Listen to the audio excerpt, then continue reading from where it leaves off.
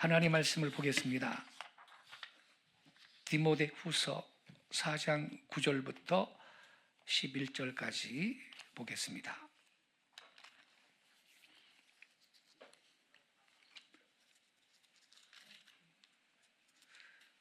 디모데후서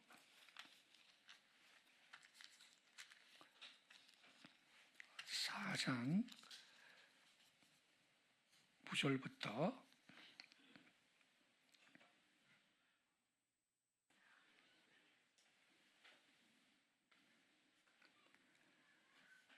11절까지 제가 읽겠습니다. 너는 어서 속히 내게로 오라. 대만은 이 세상을 사랑하여 나를 버리고 데살로니가로 갔고, 그레스게는 갈라디아로, 디도는 달마디아로 갔고. 11절은 같이 읽겠습니다. 누가만 나와 함께 있느니라. 내가 올 때에 마가를 데리고 오라. 그가 나의 일에 유익하니라. 아멘.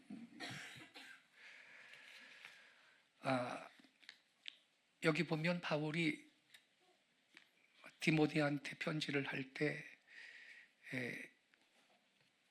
누가만 나와 함께 있다 이렇게 말하고 있습니다. 대만은 이 세상을 사랑해서 나를 버리고 데살로니가로 갔다. 이 데살로니가는 항구 도시인데 물질적으로 풍요하고 화려한 그러한 도시인데, 이 데마가 처음에는 바울과 함께 복음 전하겠다고 따라 나섰는데 다녀보니까 힘들거든요. 그러니까 사명을 버리고 바울을 내팽개치고 화려한 항구 도시 데살로니가로 가버렸습니다. 바울이 얼마나 허전했을까요? 그레스게는 갈라디아로, 디도는 달마디아로 갔다. 다 떠나고 말이죠. 바울이 이 사역을 홀로 감당을 하기는 어렵잖아요. 동력자들이 좀 있어야 되는데. 근데 누가만 나와 함께 있느니라. 누가만 끝까지 바울 곁에서 바울을 도우며 함께 사역을 했다는 겁니다. 이 누가는요, 이름의 뜻이 빛나다, 빛나다 이런 뜻입니다. 바울의 동력자이고 의사입니다. 원래 의사. 이 누가는요, 참으로 위대한 인물입니다. 그의 재능과 공로가 얼마나 큰지 몰라요. 우리가 잘 알듯이 신약 성경책에서 누가복음하고 사도행전은 누가가 기록한 거예요. 그리고 이 두 책의 길이를 합하면요, 신약 성경 전체의 4분의 1 분량에 해당합니다. 그러니까 누가는 양으로 치면요, 신약 성경 4분의 1을 저작한 저자인 것입니다. 훌륭한 분이죠. 그리고요, 이 누가가 기록한 누가복음하고요, 사도행전을 자세히 보면요, 역사적인 자료가 객관적으로 아주 잘 구성이 되어 있는, 이 말하자면 역사학자, 역사가의 증언인 것을 우리가 알 수가 있습니다. 그래서 특히 신약 성경책에서 사도행전은 역사서로 이렇게 분류를 합니다. 우리는 이 누가의 기록한 성경을 통해서 역사적인 많은 사건들을 알게 되는 것입니다.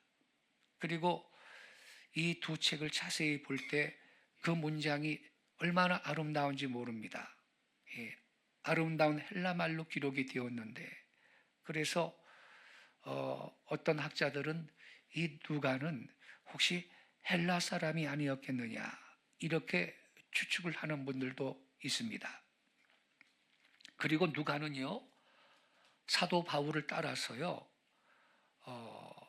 2차 전도 여행, 3차 전도 여행, 그리고 로마로 건너갔던 4차 전도 여행까지 바울과 동행했던 대여행가였습니다. 그리고 골로새서 4장 14절에 보면 사랑받는 의원 누가, 이런 말이 있습니다. 사랑받는 의원 누가다. 왜 사랑을 받았을까요? 의사로서 자기의 재능을 살려서 아픈 사람 고쳐줬거든요. 예, 병든 사람 치료해줬거든요. 자기의 의술로서. 예, 그래서 사랑받는 의사 누가, 이러한 기록이 있는 것입니다. 그리고 이 누가는 자기의 의술로서 바울의 건강도 돌봐주고 또 교인들을 고쳐주고 봉사해 주었던 훌륭한 사람이었습니다. 그래서 사랑받는 의원 누가, 이런 별명이 붙은 겁니다. 참으로 아름다운 별명이었다고 생각을 합니다. 여러분, 우리도 제3자들이 나를 가리켜 별명을 붙여줄 때 이렇게 아름다운 별명을 붙여줄 수 있는 그러한 그리스도인이 될 수 있도록 우리가 신앙생활뿐만 아니라 생활신앙이 같이 갈 수 있기를 바랍니다. 여러분, 세상에는요 출세한 높은 사람 많이 있습니다. 훌륭한 학자들도 많고, 그래서 세상에서 자기 이름을 크게 드러낸 그러한 분들이 꽤 있죠. 하지만 그 위대한 사람들이요, 세상을 떠난 다음에는요 오히려 투기와 원망의 대상이 되고 미움을 사는 수가 얼마나 많이 있는지 몰라요. 그 높은 자리에서도 내려왔을 때 그런 일이 생겨요. 그런데요, 누가는요 일생을 살면서 말없이 많은 사람을 섬겼고, 그래서 많은 사람들한테 사랑받고 또 사랑을 주는 사랑의 사도였습니다. 그의 모든 봉사는요 우리가 성경을 보면요 드러나지 않아. 누가는 그래서 은밀히 숨어있던 아름다운 숨은 봉사의 사람이었습니다. 오늘 아침 우리가 이러한 누가의 모습을 함께 묵상하면서 참된 그리스도인의 생활에 대해서 배울 수 있는 시간이 되시기를 바랍니다. 첫째로 누가는요 겸손한 봉사의 사람입니다. 누가는요 그렇게 위대한 일을 많이 했지만 도무지 자기 이름을 드러내지 않습니다. 참으로 겸비한 인격자였습니다. 앞서 제가 말씀드린 바처럼 이 누가복음하고 사도행전 누가가 쓴 건데, 거기 보면 누가는 자기 이름을 결코 드러내지 않고 있습니다. 저자의 언행이 그 속에 안 보여요. 안 보여. 누가복음에는요 복음서니까요 예수님의 말씀과 예수님의 행적을 기록하는 데 집중을 해요. 그리고 사도행전에는요 사도들의 행전이니까요 베드로나 바울을 위시한 모든 사도들의 행적을 기록하는데 열중하고 있는 거고, 누가 자신의 말은 일체 안 보입니다. 그거 한 줄 정도는 쓸 수도 있을 것 같은데, 예? 그도 열심히 하나님 일 했던 사람인데 말이죠. 한 줄도 없습니다. 누가 자신의 이름도 일체 나타나지 않습니다. 가령요, 누가복음 24장을 보면요, 예수님이 십자가에 달려 죽으셨잖아요. 예. 그리고 3일 만에 부활하셨는데, 그때 아직 예수님이 부활하신 걸 몰랐던 제자들은, 우리 선생님은 돌아가셨다, 그냥 원래 우리는 고기 잡는 어부였으니까 고향 가가지고 물고기나 잡아먹고 살지 그러면서 낙심천만이요. 다 낙심천만이고 흩어졌지 않습니까? 예. 그리고 이 누가복음 24장에 보면 이 두 제자가요, 엠마오로 가고 있는 거예요. 어깨가 축 처져가지고. 예. 예수님 죽었어요. 그래서 우리도 우리 고향 가서 그냥 적당하게 살아야지 그러면서 이제 이 엠마오를 향해서 두 제자가 걸어가고 있다고 기록되어 있는데요. 그때 예수님이 그들 곁에 오셨지 않습니까? 성경에 자기를 향해 기록된 것을 풀어주는 거예요, 두 제자한테. 그때 그들의 심령이 속에서 뜨거워졌다라고 기록하고 있어요. 예. 그들이 여관에 가서 떡을 뗄 때 비로소 눈이 밝아졌는데, 보니까 예수님이라는 거예요. 예수님. 근데 거기에 보면요, 이 엠마오 도상으로 가던 이 도상에 있던 그 두 제자 가운데 이름이 딱 한 사람 나오는데, 한 사람 이름이 글로바라고 기록되어 있거든요. 근데 나머지 한 사람의 이름은 왜 안 썼을까? 여러분, 많은 학자들이 추측컨대 나머지 무명의 한 사람이 바로 그 누가복음을 기록한 누가였다라는 겁니다. 예. 그 누가는요, 자기 이름은 드러내질 않는 사람인 거예요. 이 누가복음을 보면요, 그 기록이요, 너무나 이 상세하게 목격을 한 사람이 기록한 것처럼 그게 드러나기 때문에 이것은 누구한테 듣고 기록한 게 아니고 직접 보고 기록한 것이라는 거예요. 그런데 누가는 자기 이름은 빼버리는 거예요. 얼마나 아름다운 교묘한 성품입니까? 자기 이름을 드러내지 아니하고 남의 이름은 드러내고, 자기는 끝끝내 숨어서 복음서를 기록하고 있는 이 누가의 교묘한 인격, 참으로 아름다운 분이고 숨어있는 봉사자였던 것입니다.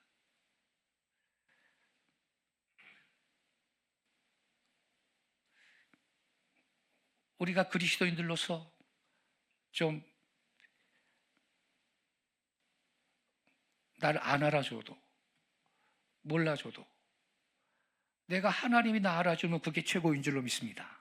예.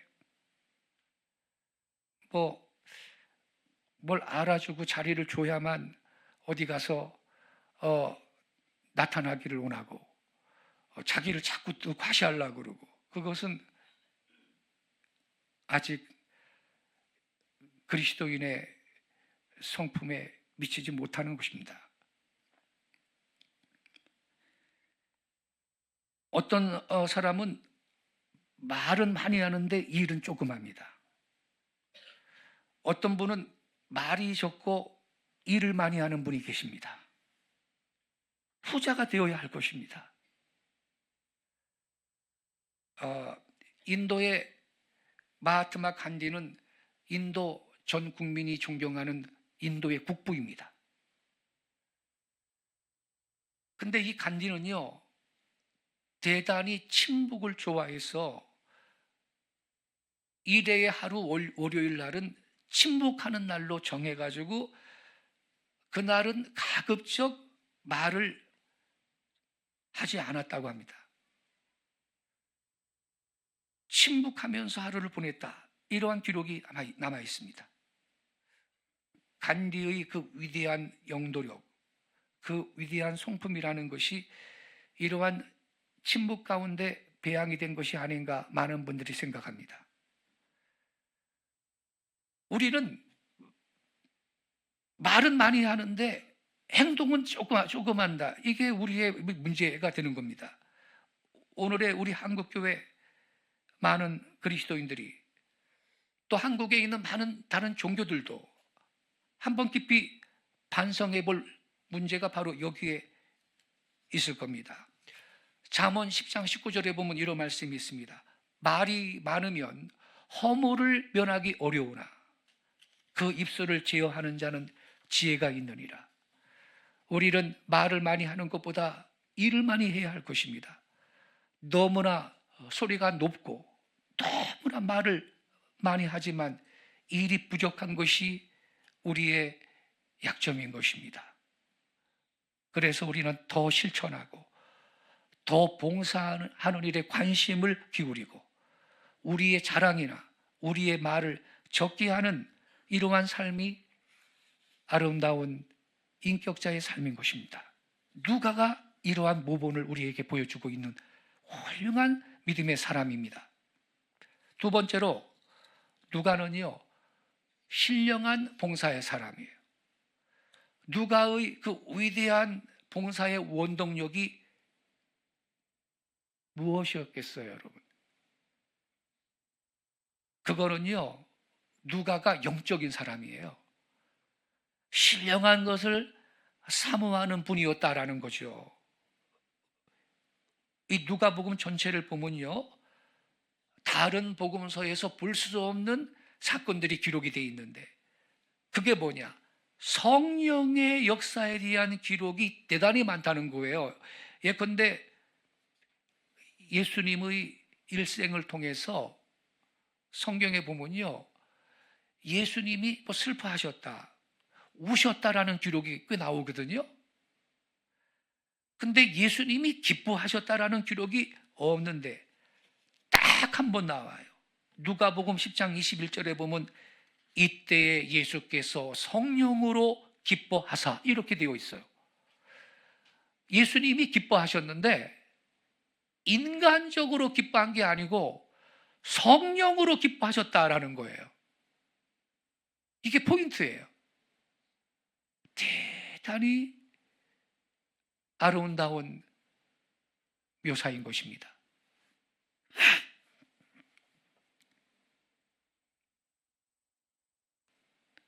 성령으로 기뻐하셨다.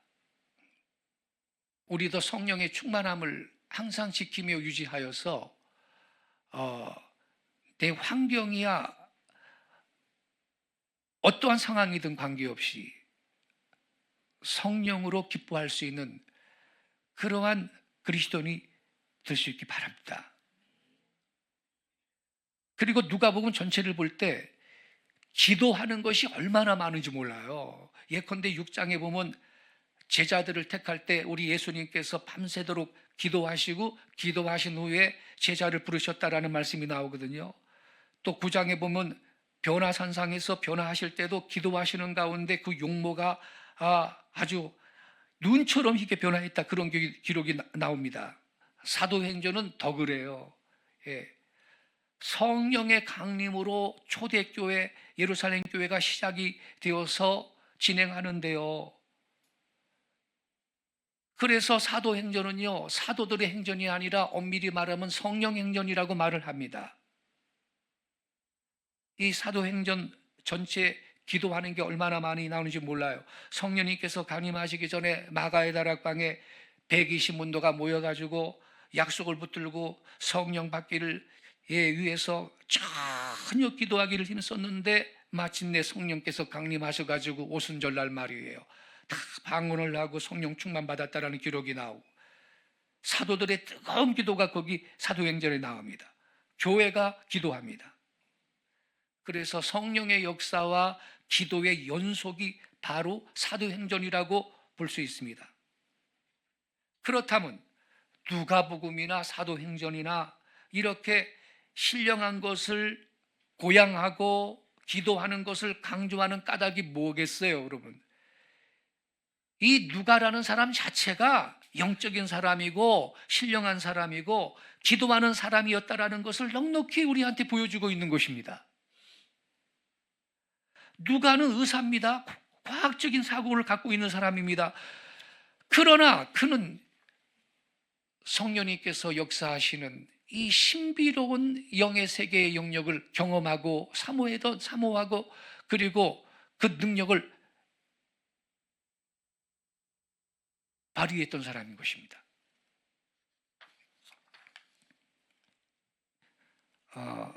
요한 1서에 보면요, 사도 요한의 말 가운데 내 영혼이 잘된 같이 내가 범사에 잘되고 강건하기를 바라노라, 이런 말씀이 있어요. 내 영혼이 잘된 같이, 이게 먼저예요. 사람의 영혼이 잘되지 못하면요, 범사에 모든 육신에 하는 것도 잘될 도리가 도무지 없는 겁니다. 현대 문명의 위기가 바로 거기에 있는 것이지요. 그럼 영혼이 잘 돼야 되는데 영혼이 잘 되는 그 방법이 두 가지입니다. 기도입니다. 기도는 영혼의 호흡입니다. 또 한 가지는 말씀입니다. 말씀은 영혼의 양식입니다. 밥 안 먹고 어떻게 건강하겠어요? 숨 안 쉬고 어떻게 여러분 생명을 유지하겠어요? 기도와 말씀이 우리 영혼을 잘되게 하는 걸 믿으시기 바랍니다. 그래서 여러분 성경을 금년에 꼭 일독을 하셔야 됩니다. 일독이 최대치가 아니고 원래는 2독, 3독 하면 더 좋은데 최소가 일독입니다, 여러분. 우리가 성경을 읽을 때 내 영혼이 강건함을 받게 되는 것입니다. 하나님의 지혜를, 성경을 읽고 묵상할 때 하나님의 지혜를 내가 받게 되는 것입니다. 위대한 바울을 보세요. 고린도후서 12장에 보면요, 바울의 신비주의가 나옵니다. 3층 천에 갔다 왔다고 간증하고 있어요. 3층 천. 1층 천은 구름이 떠 있고 해가 그 새들이 날아다니는 이 공중이 1층 천입니다. 2층 천은 대기권 바깥으로 나가가지고 해와 달과 별들이 떠 있는 이 하늘이 2층 천입니다. 3층 천은 그것도 더 넘어가가지고서는 하나님 계시는 천국이 3층 천인데, 유대인들은 하늘의 개념이 이렇게 1층 천, 2층 천, 3층 천 개념을 갖고 있었는데, 바울이요, 나는 3층 천을 갔다 왔다 그러면서 거기서 사람이 이르지 못할 말을 내가 들었다 그러면서 뭐라고 그러냐면, 그 3층 천이 그러니까 낙원을 갔다 왔다는 거거든요. 근데 바울이 이렇게 또 말을 해요. 그때 내가 몸 안에 있었는지 몸 바깥에 있었는지 모르겠다. 몸 안에 있었는지는 즉 살아있는지, 몸 밖에 있었는지는 즉 죽었는지 내가 알 수 없다. 그런 상태에서 낙원을 가가지고 하나님께로부터 사람이 이르지 못할 그러한 놀라운 말을 내가 들었다. 하나님을 만나 뵙고 말할 수 없는 감격을 맛본 사람이 바울입니다. 이걸 가리켜서 바울의 신비주의라고 그렇게 말합니다. 바울은 신비가 뭔지 아는 사람이에요. 베드로도 볼까요? 사도행전 12장에 보면요, 그가 옥에 갇혀 있는데요, 헤롯이 죽이려고 그래요. 근데 죽이려고 하는 전날에 천사가 내려와가지고 베드로를 깨웠어요. 손발이 착고에 딱 묶여 있는데 그게 풀려버렸습니다. 옥문이 다 잠겨 있는데 그것을 통과해서 나갔습니다. 그때 베드로는요, 꿈인지 현실인지 분간을 못했습니다. 그 후에 얼마쯤 가서 바울의 마음속에 천사가 내려와가지고 날 구출했구나, 그걸 알았다라는 기사가 나옵니다. 이게 베드로의 신비주의입니다. 요한계시록 전체는요, 사도 요한의 신비주의가 아니겠습니까? 밤모섬에 귀환 가가지고 굴 속에 있으면서 주의 날에 계시를 받아요. 주의 날. 그점 유배 가가지고서는 죄수들 많은 그 동네에서 주의 날을 구별해가지고 예배하고 있었다는 거죠. 그때 예수님이 찾아오신 거예요. 내가 너에게 하는 말을 기록해가지고 아시아 7교회 보내라.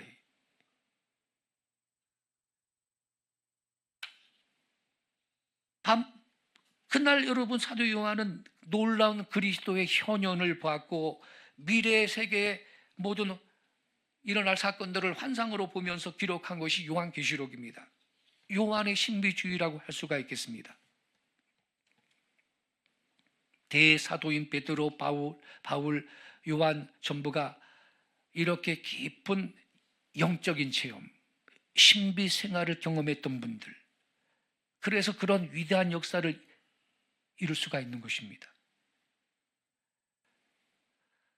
누가의 그치지 아니하는 이 꾸준한 봉사의 원동력, 비결이 어디에 있느냐? 바로 신비적인 이 영적인 파워, 여기에서 이게 나오는 겁니다.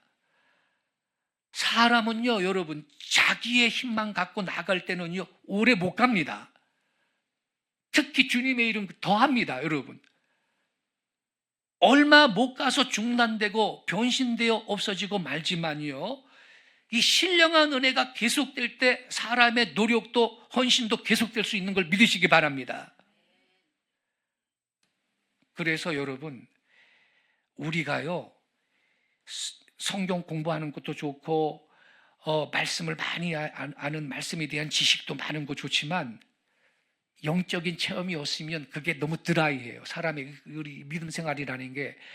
그래서 여러분은 기도회 재단으로 나가서 묵상하고 주님과 딱 1대1로 대면해가지고서는 기도하는 가운데 주님 만나는 체험이 있기를 바랍니다. 예. 그래야 오래 갑니다, 여러분.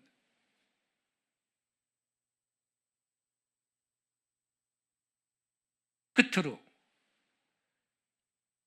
이 누가는 변하지 않는 숨은 봉사의 사람입니다. 오늘의 본문 마지막 절에 말이죠. 누가만 나와 함께 있느니라. 누가만, 다 도망갔는데. 이 오늘의 본문, 이 디모데후서 우리가 읽었는데 이것은 사도 바울의 친필이라고 학자들은 믿고 있습니다. 어떤 성경은 이 바울이 이렇게 낭독을 하고 다른 사람이 받아서 적었다, 이러한 그 이론도 있는데 이 디모데후서는 바울의 친필이라고 많은 학자들이 믿고 있습니다. 그가 로마에서 최후에 기록한 마지막 편지입니다. 자기의 순교의 날을 내다보고 있습니다. 관제와 같이 내가 벌써 부음이 되고 나의 떠날 기약이 가까웠도다, 이렇게 말하고 있습니다. 그때의 바울 곁을 다 떠나가 버렸습니다. 그런데 누가만 나와 함께 있느니라. 내가 올 때 디모데야, 네가 올 때 마가도 데리고 와라, 이렇게 부탁하고 있습니다. 우리는 여기에서 많은 것을 배울 수가 있습니다. 이러한 누가의 아름다운 성품과 자세를 우리가 배워야 되지 않겠습니까? 끝까지 바울 곁에서 동력하는 이 누가의 모습. 바울 사도의 일생의 마지막까지 누가는 로마에서 바울 곁을 지키고 있는 겁니다.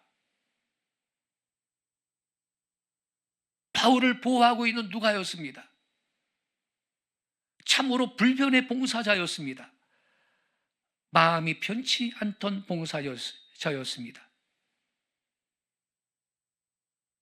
여기에 누가의 아름다운 신앙의 모습이 있습니다.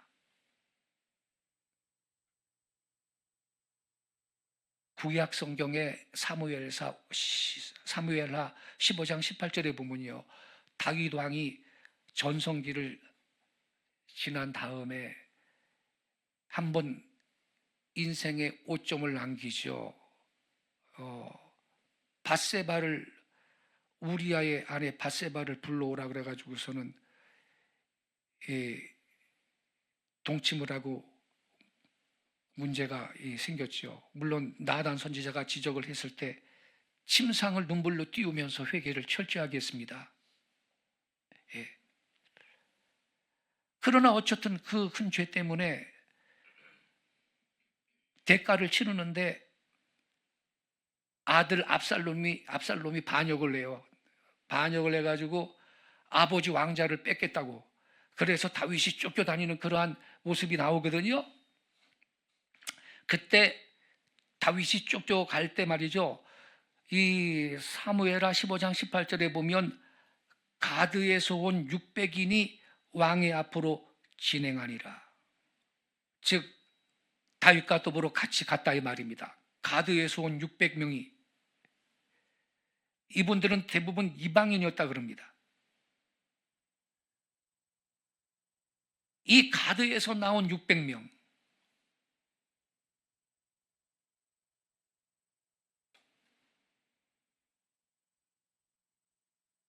다윗이 아직 왕되기 전에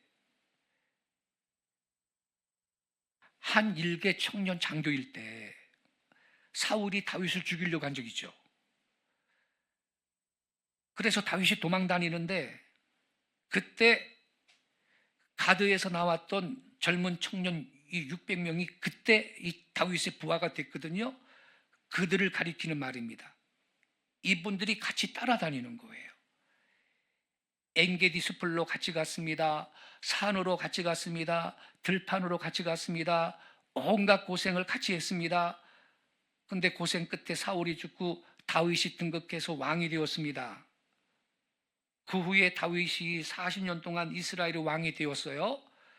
물론 가드의 600명은요 그때 영화를 누렸을 거예요. 아둘람 굴에 들어갔다 그랬죠. 거기에서 피난 생활할 때 같이 있었던 이 사람들, 다윗이 왕 되었을 때 영화를 누렸을 거예요. 보상도 많이 받았을 거예요. 높은 지위를 얻었을 겁니다. 그런데 뜻하지 않게 다윗이 큰 시험을 만났어요. 압살롬 아들한테 쫓겨나는 처량한 신세가 된 거예요. 근데 상황이 이렇게 되니까요, 많은 신하들이 다윗을 따라가지를 않아. 다윗은 좀 도망가고 있는데 다윗을 따라가지는 않아요. 도망가는 왕을 왜 따라가겠습니까? 저 사람은 이제 뭐 지는 애다. 압살롬이 왕 될 것 같네. 그러면서 이 간신 같은 녀석들이 다윗의 아들 압살롬한테 딱 붙어버리는 거예요. 그런데 이 가드에서 나온 600명은 왕궁을 저버리고 집을 저버리고 예루살렘을 저버리고 도망가는 다윗을 또 따라갑니다.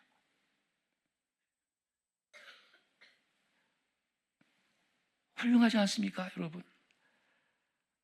누가는 다 도망가는데 끝까지 바울과 같이 있었습니다.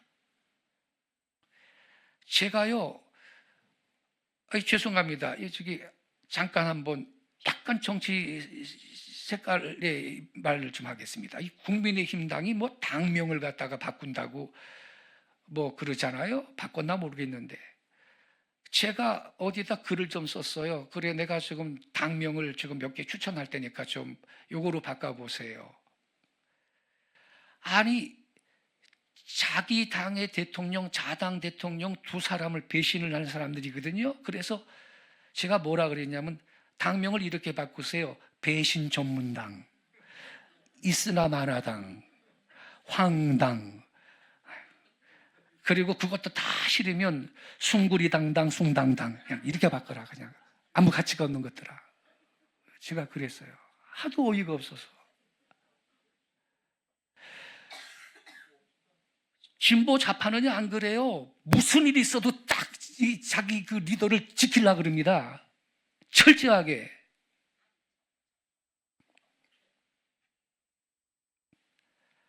아주 국민의힘 좋아하네. 아주 국민의 근심당이다 너희들은. 제가 그랬어요. 여러분, 이 압살롬한테 지금 나이 들어가지고선 지금 쿠데타 일어나가지고 쫓겨다니는데 그 밑에서 영광을 누렸던 신하들 의리를 지켜서 그냥 같이 도망가는 다윗을 따라가야 될 거 아니에요? 압살롬한테 딱 달라붙는 거예요, 이 간신들이.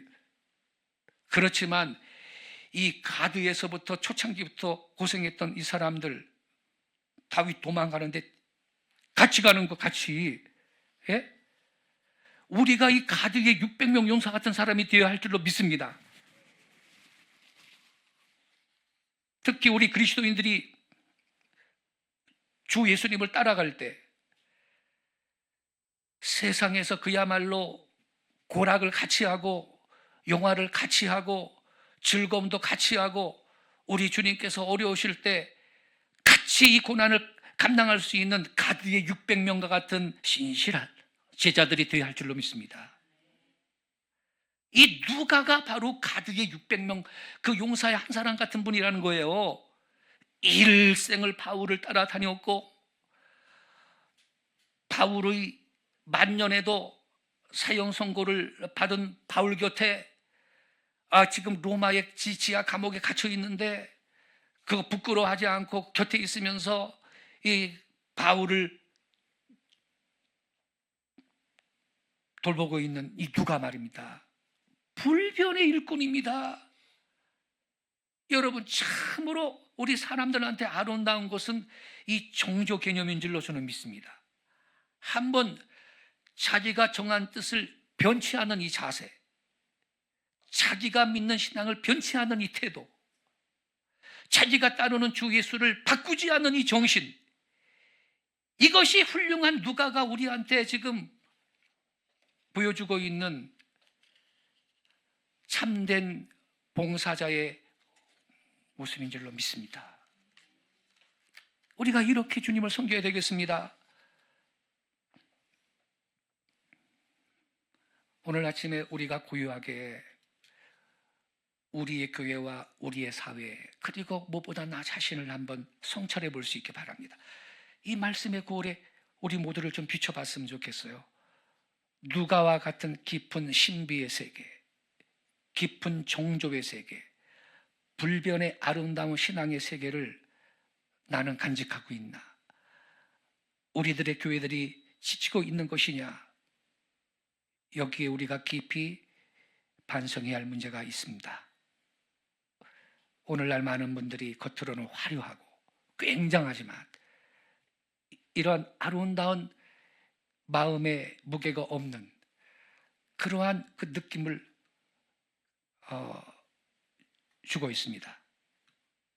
숨은 봉사의 사람 이 누가 겸허하게 봉사하고 신령한 은사를 사모하고 불변의 충성을 다하던 누가한테 오늘의 모든 현대 교인들이 본받고 배워야 할 줄로 믿습니다. 할렐루야. 예배팀 좀 나와주세요. 우리가 이 말씀을 좀 다시 한번 마음에 새기면서 찬양으로 고백하고 그리고 말씀 붙들고 우리 한번 통성으로 기도하는 시간을 갖도록 하겠습니다.